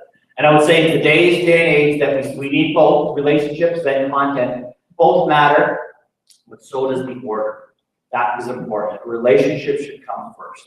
That interaction is primary. But again, what is our role? What is our role in building community? How do we do that? And again, I think it's by thinking of ourselves first as connectors and second as experts. And I think that's a flip, because it used to be, well, we're experts, and if I happen to move beyond that, that's fine. But again, if you really believe in this notion of lifelong learning, then you want your students to be able to learn beyond that classroom. So you introduce them to really smart people, to ways in which they can further their learning beyond the scope of the class.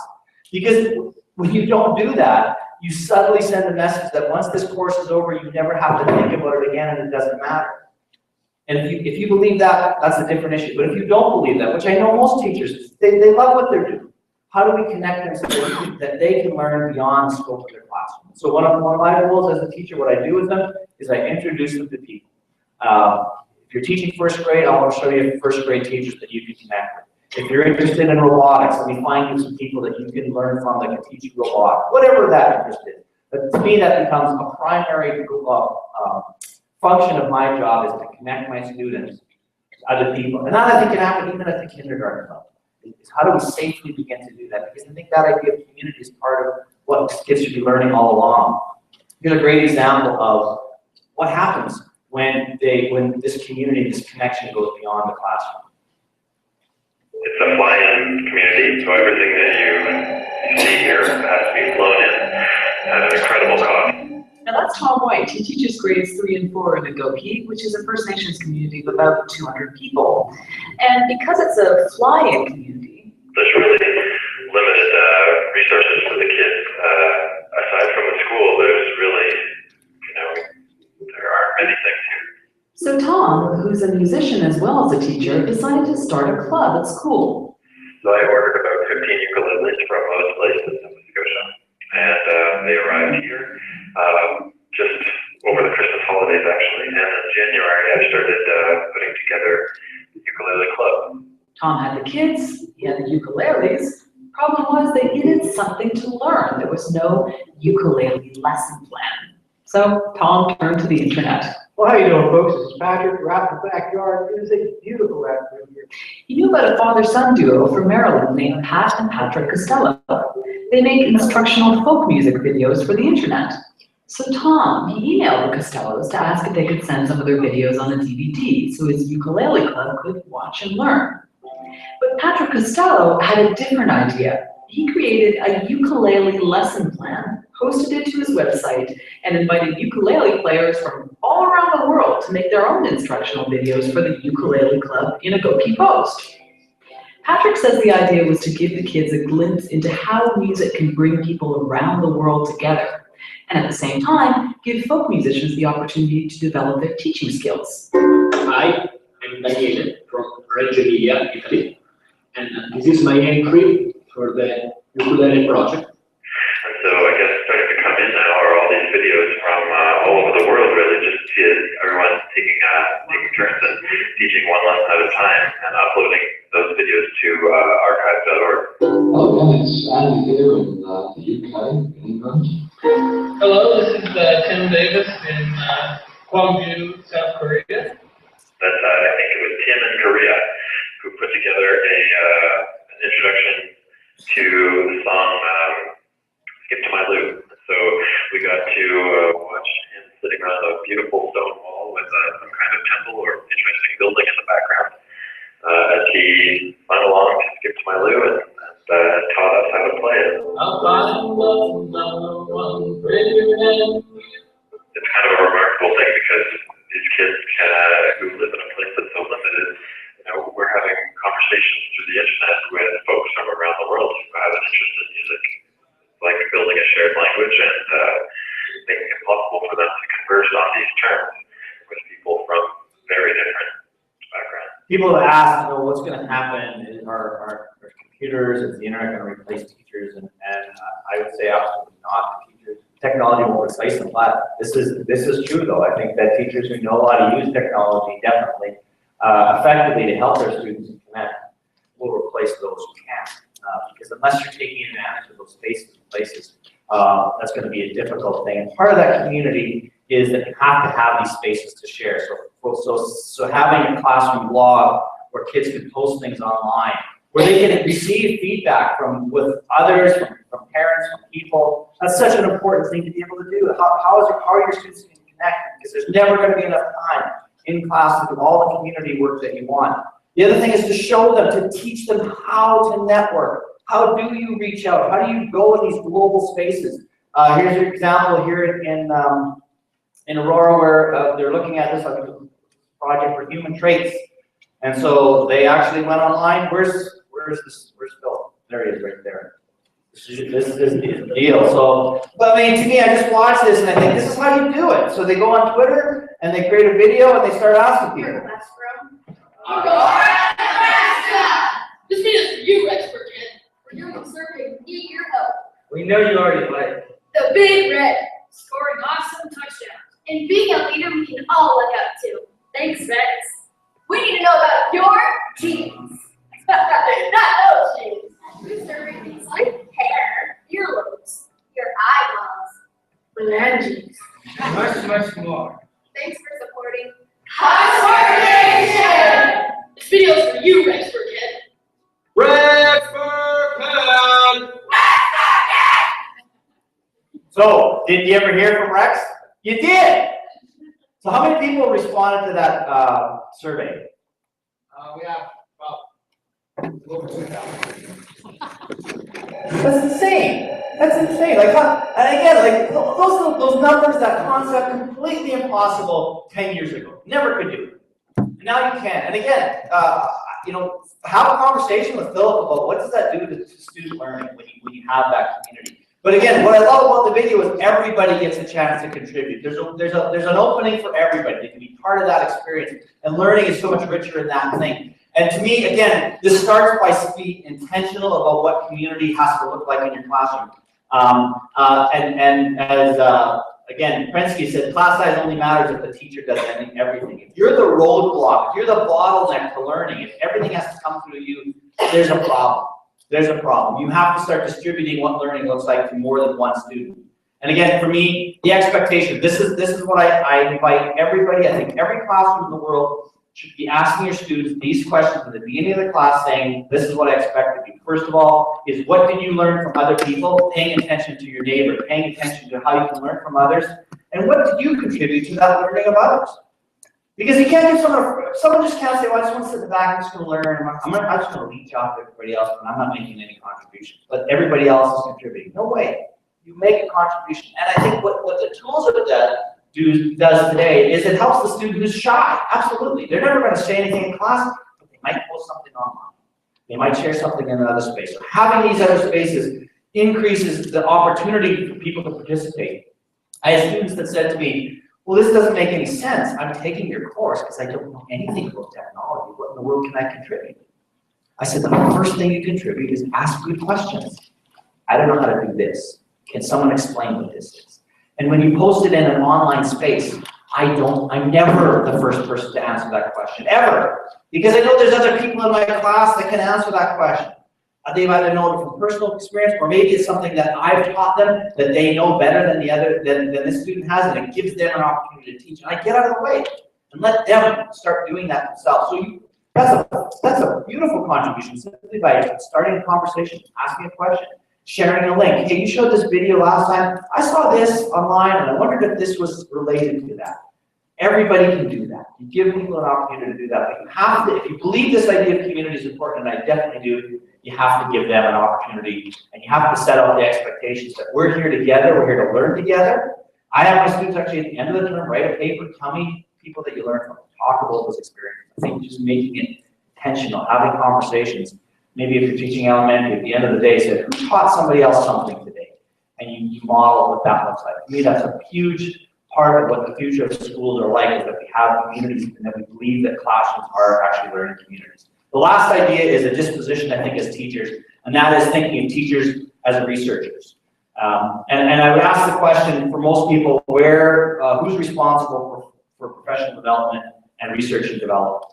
And I think in the past, the idea was that that was left up to the district. They're providing my PD. They'll let me know when I have to learn something, or they'll tell me when we're shifting things around. I don't think we can wait for that anymore. The rate at which new opportunities have arisen are too great for us to sit back and wait till someone tells us, now it's time to learn this. I think teachers take ownership of this. If we want innovation to happen, which most districts are interested in that idea, teachers themselves have to start doing this themselves and thoughtfully implementing what they're doing in their classroom, what they can do to help students get better. And again, you have access to new opportunities all the time. Great book I read, New Culture of Learning by Douglas Thomas and John C. Brown. In it, they talk about the role of play and why play is now extremely important. And when you think about, as they say, that it used to be the pattern that you play, you have that time, but then the world sort of becomes more constant. Now I don't need to play anymore. I've reached an age where I've explored all these things are stable, now I can get down to the serious work of just doing what I'm doing. I don't have to think about play. But he says that as we live in a world that's moving from a state of constant change and flux, keep that connecting play and imagination might be the single big, most important step in unleashing a new culture of learning. So it's a new attitude of play and imagination. What can we do with this? And that doesn't mean that every single thing we try is awesome and great. Every new app that we download, no. Lots of times we'll say, that didn't work. That's what a researcher does. They try things, they experiment, they explore, they work together to try to come up, yeah, that works. If you're waiting for someone else to do it, it's not gonna happen. It's just, things are happening too fast. Play, again, there's just nothing more, I think, beautiful and powerful than play. Whose idea was this? Did you think this was a good idea?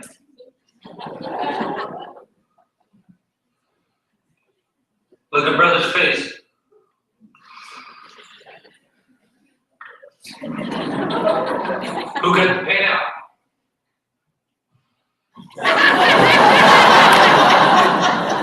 Play is messy. Play is a messy, messy thing. But it's also beautiful. And it's not that it's that new. Einstein said play is the highest form of research. So this is not research like we thought of that happens in the lab, that happens with studies over time, and now I don't want to try it until someone proves it. Even the notion of best practice kind of bothers me. Best practice. Well, says who, right? We're dealing with human beings, and yes, there are principles, there are elements that we understand to be good for children. But there's also a lot of wiggle room in there as we deal with lots of individuals. And again, the way we've traditionally used educational research, I think, has to be rethought. There's an article that struck me because the title of it was "Why Evidence-Based Teaching Methods Are a Bad Idea." What? That can't be. But the article goes on to say that yes, educational research is useful. It's important. We apply it. However, oftentimes the way educational research has been done to teachers has lacked the absence of professional judgment. And it's just because someone else said this is a good idea, as a teacher says, you know what, that may be working in your context, but my classroom's different.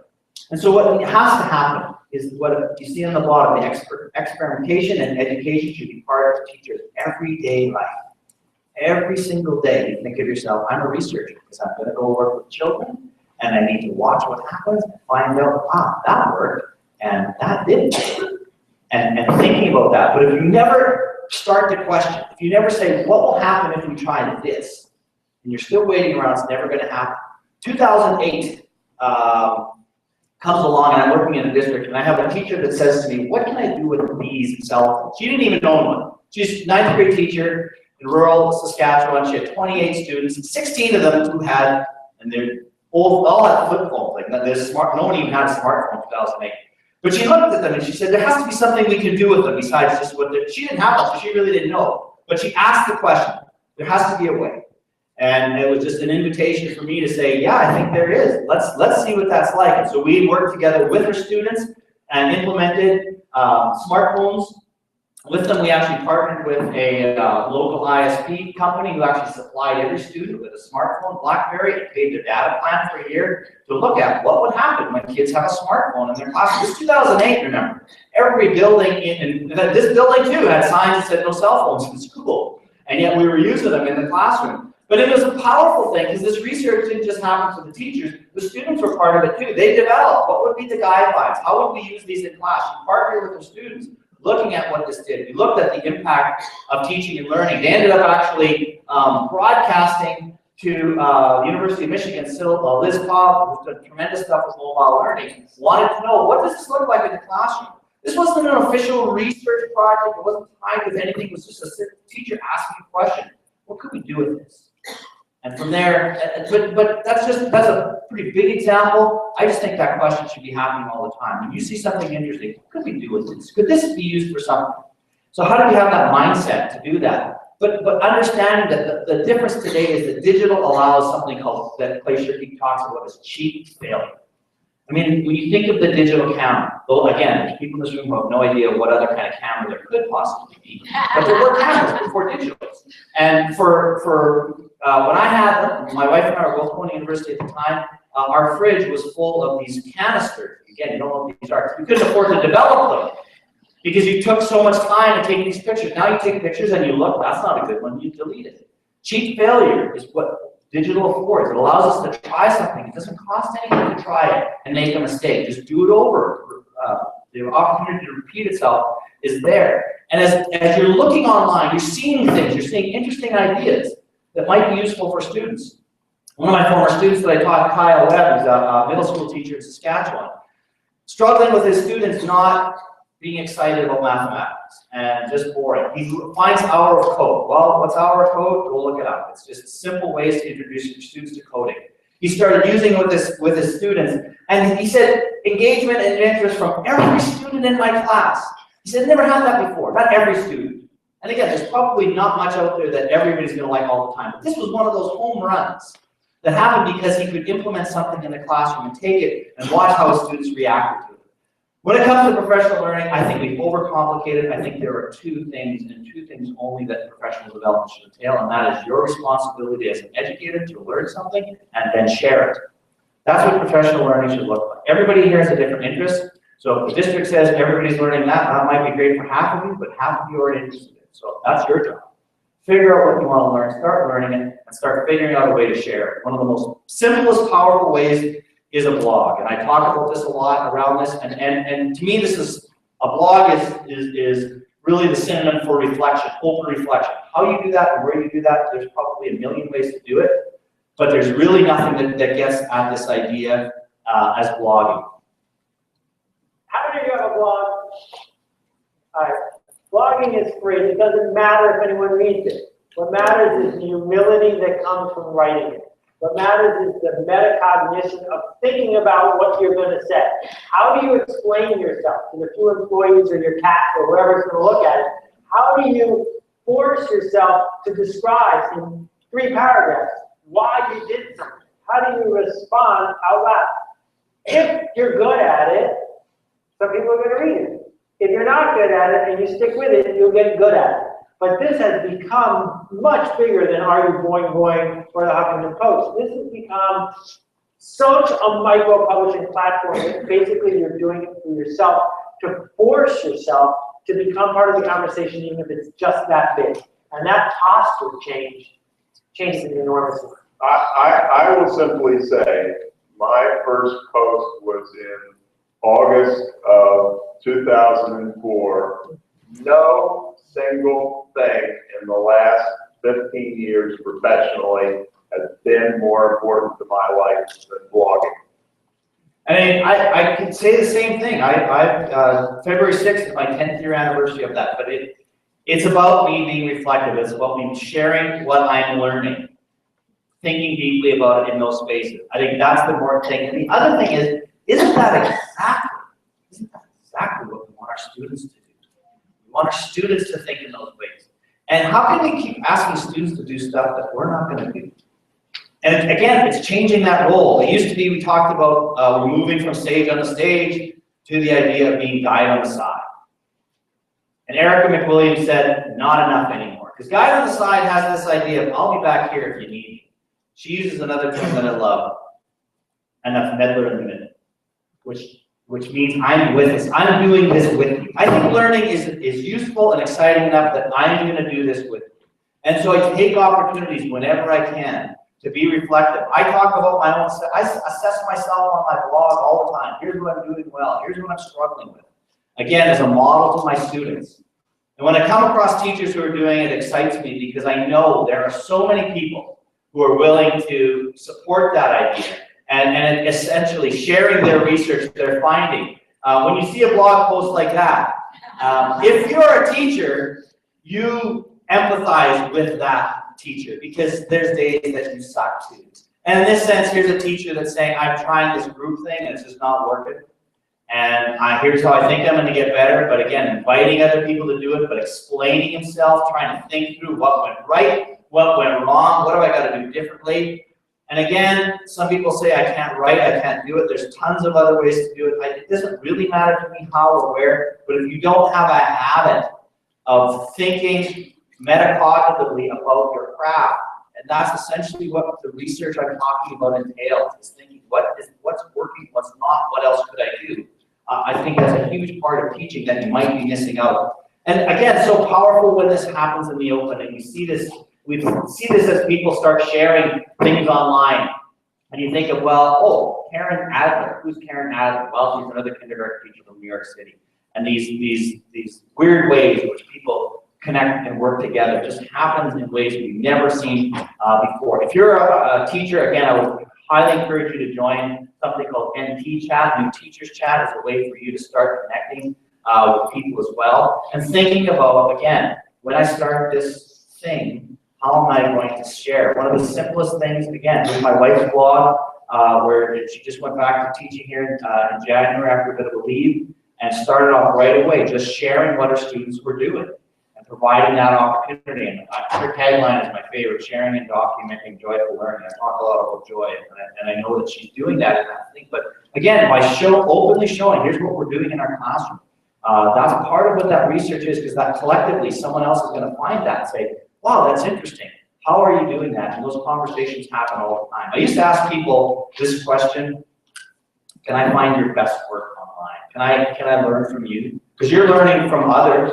That's what you're doing online. Everybody in this room gets to benefit from other people. Are you giving? How are you contributing back to that, or are you not? So I have actually changed it. Can I find any of your work online? And part of the barrier here, there's a few, but part of the barrier, one of them is, I don't have anything interesting to share. What could I possibly know? I'm just a first-year teacher, or I don't really do anything interesting or exciting. And I think that's a fallacy that we sell ourselves short in all the time. Any creator of anything knows this feeling. You experience someone else's innovative work. It's beautiful, brilliant, breathtaking. You're stunned. Their ideas are unexpected and surprising, but perfect. You think, I never would have thought about that. How did they even come up with that? It's genius. Afterwards, you think, my ideas are so obvious. I'll never be as inventive as that. I get this feeling often. Amazing books, music, movies, or even amazing conversations. I'm in awe at how the creator thinks like that. I'm humbled. But I continue to do my work. I tell my little tales. I share my point of view. Nothing spectacular, just my ordinary thoughts. So one day someone emailed me and said, I never would have thought about that. How did you even come up with that? It's genius.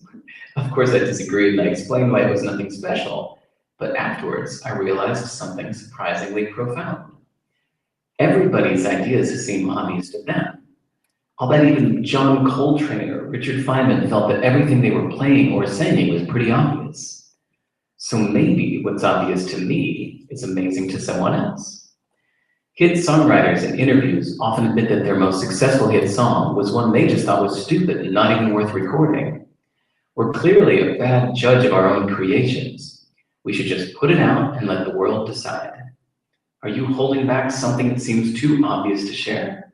I can guarantee you there were conversations in that room about an hour ago where teachers were sharing things that they didn't think were that interesting, but students were saying, how did you do that? And I know, because I know teachers, they close their door and they say things like, well, I just do what I do. I don't know. It just works. Well, it doesn't just work. You do amazing things, and you've got evidence today that people go, wow, what you're doing matters. And so you have to constantly keep in mind that someone else is going to need what you're doing. That you might think what you're doing is just sort of, I've done this my whole career, whatever it is. But it's going to make a difference to somebody. And again, that's something that I really want people to understand. So when I think of the future of education, again, I think we need to think content has to change. I think we have to think about changing design the way our classrooms look so that we take advantage of the learning, both in the classroom and beyond. And then positioning ourselves to be innovative through an active thought around research. Because to me, at the end of the day, the big shift in education is moving away from an idea here. Sorry, I'm just going to skip over some of this stuff. The idea that education is something that is provided to us to something that we actually create for ourselves. Which I think, again, education has always been something that's been more of something that's done to students as opposed to done for them. And again, when I talk about sharing, I don't care if you don't have to share everything, but I think you should feel guilty if you don't share anything. So think about what that's going to look like. And again, moving towards an education that's something that students create for themselves. And how do we create an environment that they can do that? Thanks so much for your time, and thanks so much for this day. Have a great day. See ya.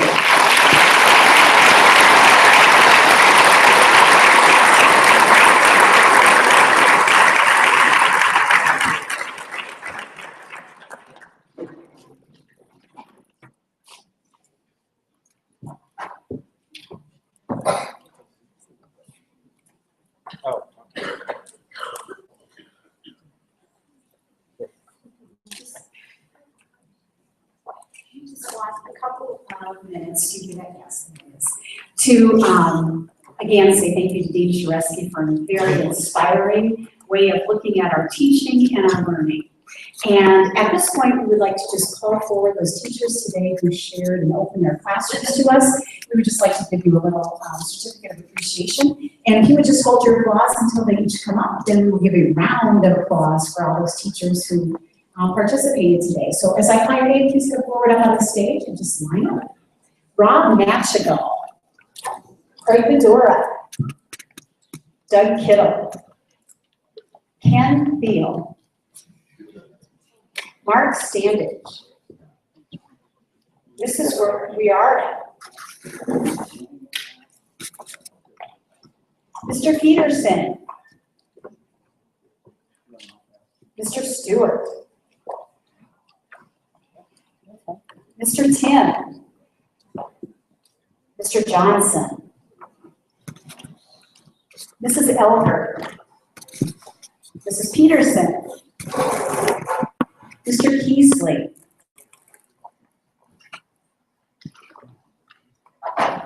Mrs. Phillips, Mrs. Luzza, Mrs. Meyer,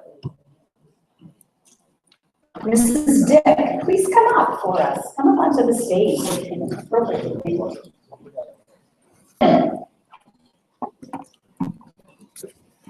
Mrs. Hudson, Mrs. Huffman, Mrs. Moss, Mrs. Wilson, Mrs. Hyde, Mrs. Wakenass, Mr. Phillips, Ms. Breezy,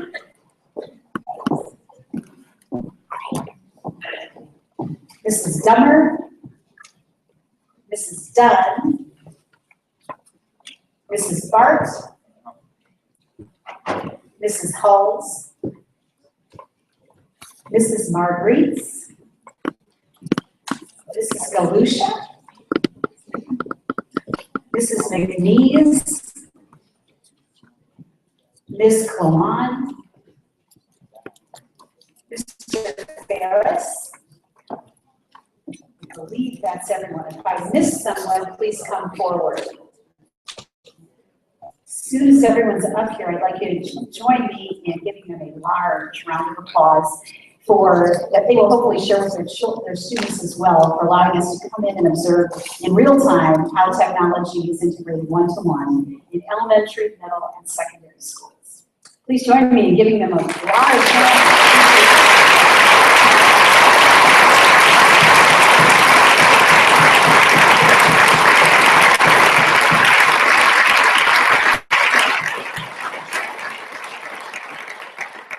We thank each of you for coming. Blessings as you integrate what you've learned into your own teaching and learning. Have a safe trip home, and thanks again for coming.